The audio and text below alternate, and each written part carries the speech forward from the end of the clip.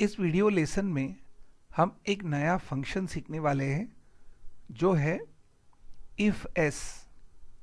हम if function सीख चुके हैं। हम दोनों फंक्शन को कंपेयर करेंगे। इस एग्जाम्पल में कॉलम ए के अंदर हम लोग डालने वाले हैं मोड ऑफ पेमेंट, जो हो सकता है सी कैश से, बी बैंक से, सी यानी क्रेडिट कार्ड और डी यानी डेबिट कार्ड।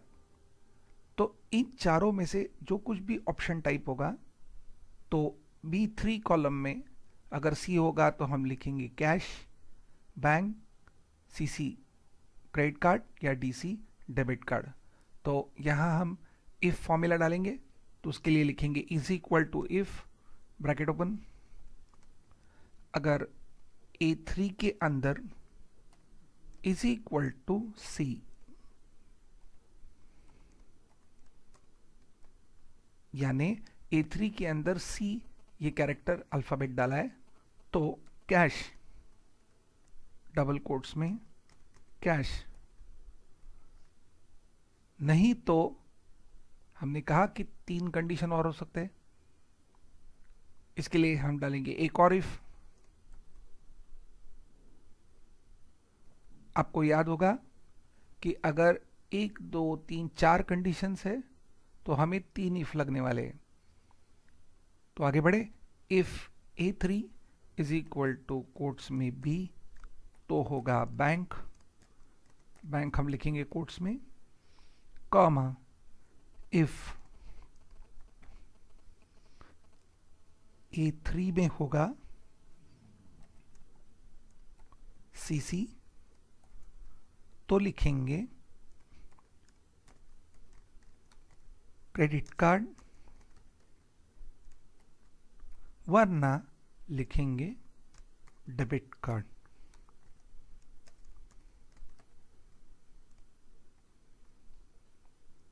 ब्रैकेट क्लोज और ब्रैकेट क्लोज, कंट्रोल एंटर,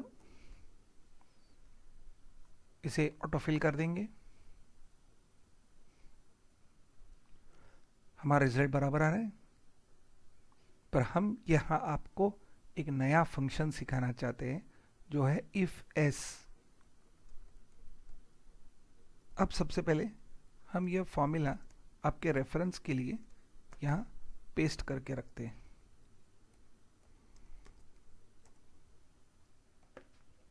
अब हम फंक्शन सीखेंगे if S is equal to if और आगे एक एस, ब्रैकेट ओपन करेंगे और यहाँ है लॉजिकल टेस्ट और value if true, comma dot dot dot. इसका मतलब हम पहले डालेंगे लॉजिकल टेस्ट, अगर वो लॉजिकल टेस्ट ट्रू होगी तो वैल्यू देगा। फॉल्स की कंडीशन यहाँ है ही नहीं, तो हम लॉजिकल टेस्ट अगर ट्रू है तो क्या, दूसरी लॉजिकल टेस्ट ट्रू है तो क्या, तीसरी लॉजिकल टेस्ट ट्रू है तो क्या, इस तरीके से इफ एस चलता है। देखेंगे, पहला लॉजिकल टेस्ट है हमारा कि क्या A4 is equal to C, तो कैश कोट्स क्लोज कॉमा। अब जैसे हम कॉमा देंगे, यहां आ गया लॉजिकल टेस्ट 2, यहां नहीं तो है ही नहीं। लॉजिकल टेस्ट 2 क्या है कि वापस A4 is equal to B, तो वैल्यू इफ ट्रू तो होगा बैंक, नहीं तो वापस नहीं तो आने वाला ही नहीं है। तीसरी लॉजिकल टेस्ट होगी अगर A4 is equal to CC, तो क्रेडिट कार्ड,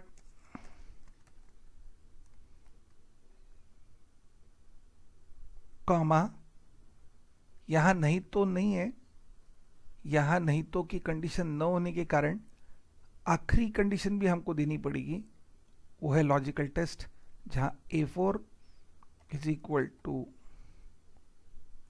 DC, तो डेबिट कार्ड।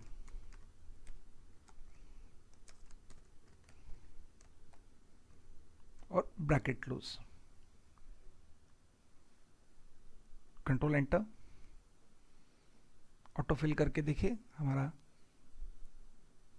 करेक्ट चल रहा है।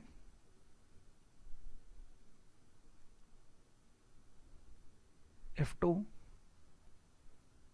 अगर A4 के अंदर C है तो कैश, A4 के अंदर B है तो बैंक, A4 के अंदर CC है तो क्रेडिट कार्ड, A4 के अंदर DC है तो डेबिट कार्ड। ये है इफ एस। अब हमें दोनों केसेस में एक प्रॉब्लम समझना है कि अगर हम C, DC, B को छोड़ के कुछ और टाइप करते हैं, फॉर एग्जाम्पल गलती से क्रेडिट कार्ड के लिए हमने टाइप किया CR, तो यहां आंसर आ रहा है डेबिट कार्ड, और यहां टाइप किया CR तो हमें आंसर मिल रहा है नॉट एप्लीकेबल। तो कहीं ना कहीं हमें बाकी सेल्स का, बाकी के कहीं ना कहीं हमने सी, बी, CC और DC के अलावा सोचा नहीं है। तो आपको याद होगा हम एरर डाल देते और एक इफ करने से, जहां हम आखिरी में एक और इफ डाल के एरर के लिए चेक करेंगे, नहीं तो एरर दे देंगे। तो यहां हम लिखेंगे इफ A3 अगर DC है तो डेबिट कार्ड,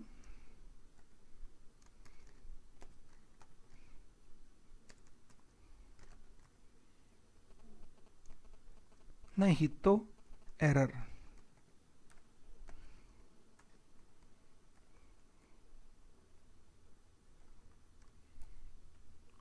और इस तरीके से हम ये प्रॉब्लम सॉल्व कर पाएंगे। पर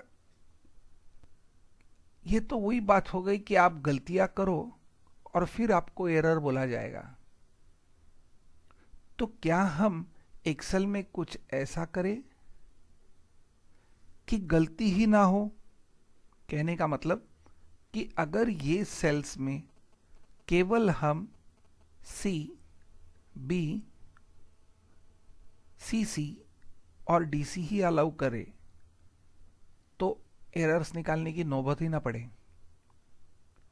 यह चीज हम अगले वीडियो लेसन में देखेंगे। उसके पहले हम हमारा इफ एस का फॉर्मूला रिवाइज कर लें। Equal to IFS bracket open A3 is equal to C, तो कोट्स में cash, quotes close, comma logical test 2 जो है A3 is equal to quotes में B,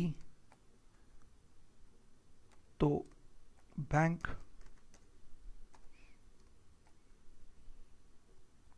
logical test 3 A3 is equal to CC, तो credit card,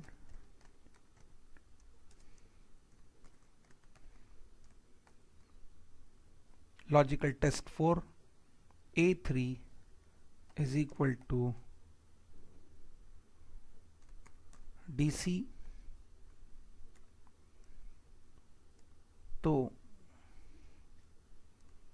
quotes में debit card, quotes close, bracket close, control enter और फिर autofill.